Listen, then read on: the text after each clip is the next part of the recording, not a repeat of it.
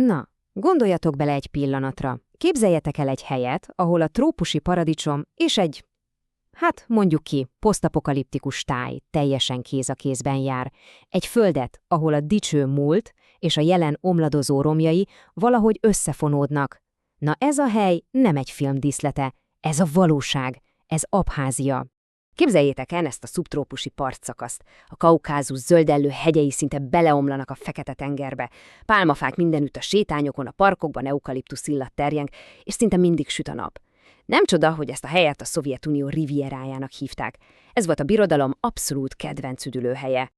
Persze, ez a kép csak a fele az egésznek, mert ugyanezen a tájon ott állnak az elhagyatott szanatóriumok, az omladozó szovjet lakótelepek, a gaztól benőtt vasútállomások, tényleg, mint valami csendes kísértetek a múltból. Szóval adódik a kérdés, hogy a csodába lett egy igazi paradicsomból, a birodalom égkövéből egy szinte teljesen elfeledett szellemrégió. Na, ebben a mai anyagban pontosan ennek a rejtének járunk a végére. Megnézzük Abházia dicső múltját, a hanyatlás okait, és persze az ott élő emberek elképesztően érdekes kultúráját is. Tartsatok velünk! Oké, kezdjük is az elején. Utazunk vissza egy kicsit az időben, egészen Abházia aranykoráig, amikor ez volt a Szovjetunión, na, mondjuk úgy a rivierjája. Ennek a szovjet rivierának a koronája, a csúcsa, az Gagra városa volt. A természeti adottságai tényleg páratlanok. Képzeljétek el, a Fekete-tenger legmelegebb vize itt van, évente több mint 200 napon át süt a nap, és a parkok tele vannak egzotikus növényekkel. Ez volt a szovjet elit és a dolgozó nép abszolút paradicsoma. És a csodák nem érnek véget a tengerparton, dehogy.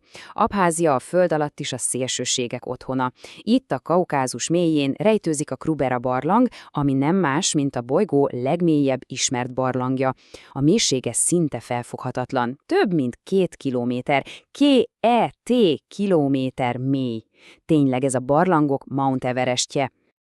Persze, a romok nem csak a szovjetkorból maradtak itt. A táj tele van évezredes történelemmel, óriási birodalmak felemelkedésének és persze bukásának a nyomaival. Vegyük csak például az anakópiai erődöt, ami tényleg olyan, mint egy időkapu. Már a rómaiak korában is állt itt egy katonai építmény, aztán a 7. században a bizánci birodalom segítségével felturbózták, és simán ellenállt az arab hódítók osztromának. Évszázadokon keresztül vigyázta a régiót, és hát látott egyet-mást. Birodalmak jöttek, birodalmak mentek. De ahogy mondtam, nem minden rom ilyen ősi. Az 1000 éves kövek mellett ott állnak a modern kor kísértetei is. Amikor a Szovjetunió összeomlott, vele együtt omlott össze az ipar is, és ez egész városokat ítélt egyfajta lassú, csendes halálra.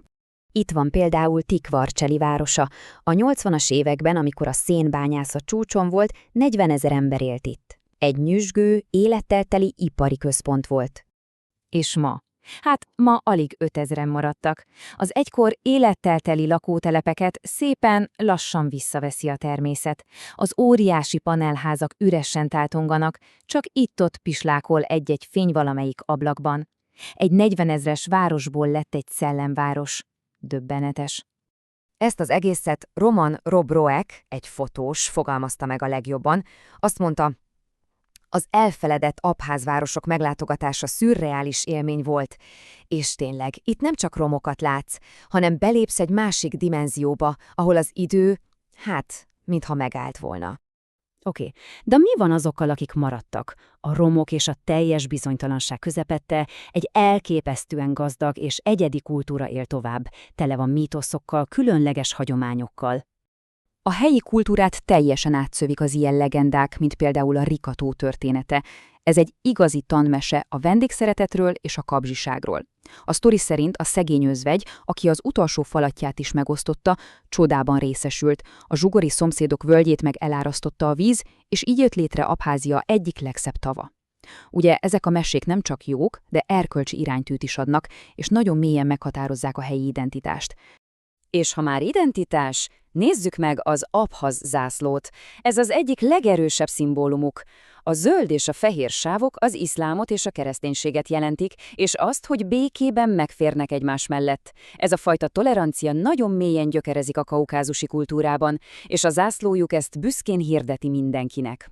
De Abházia nem csak a romokról és a legendákról híres, hanem arról is, hogy a lakói elképesztően sokáig élnek. Mi a titkuk? Hát a kutatók szerint ez egy mix. Először is a mindennapos fizikai munka. Másodszor a szerény, főleg növényi étrend. Harmadszor az, hogy az időseket hihetetlenül tisztelik. És végül egy olyan életmód, amiből szinte teljesen hiányzik a modern világ stressze. Lényegében egy olyan élet, amit mi már, szinte el is felejtettünk. Talán az egészet egy 108 éves pásztor foglalta össze a legjobban. Amikor megkérdezték tőle a hosszú élet titkát, csak annyit mondott: sokat sétáltam, és nem voltak gondjaim. Milyen végtelenül egyszerű filozófia egy ilyen bonyolult világban, nem? Na de mégis, hogyan fér meg egymás mellett ez a rengeteg ellentmondás, a szépség és a pusztulás, az ősi kultúra és a modern hanyatlás? A válasz, mint oly sokszor, a politikában rejlik, a régió bonyolult és nagyon bizonytalan politikai helyzetében. Abházia politikailag egy úgynevezett de facto állam. Ez mit is jelent? Azt, hogy a gyakorlatban, a valóságban önállóan működik. Van saját kormánya, saját intézményei, és ők ellenőrzik a területet. Csak hogy a világ legtöbb országa ezt jogilag nem ismeri el, nem tekintik független államnak. Az egész a 90-es évek elejére nyúlik vissza. A Szovjetunió felbomlása után egy véres háború tört ki Grúziával a függetlenségért. A harcok aztán elcsitultak, de a konfliktus igazából sosem oldódott meg. Így jött létre egy úgynevezett posztszovjet befagyott konfliktusövezet. A fegyverek most épp hallgatnak, de a béke iszonyú törékeny, a politikai helyzet meg évtizedek óta változatlan. Hogy mennyire elszigetelt ez a hely? Nos, ez az egyetlen szám mindent elmond. 5. Az ENSZ közel 200 tagállamából mindössze 5-en ismerik el Abháziát független államként. Oroszország, Szíria, Nicaragua, Venezuela és Nauru.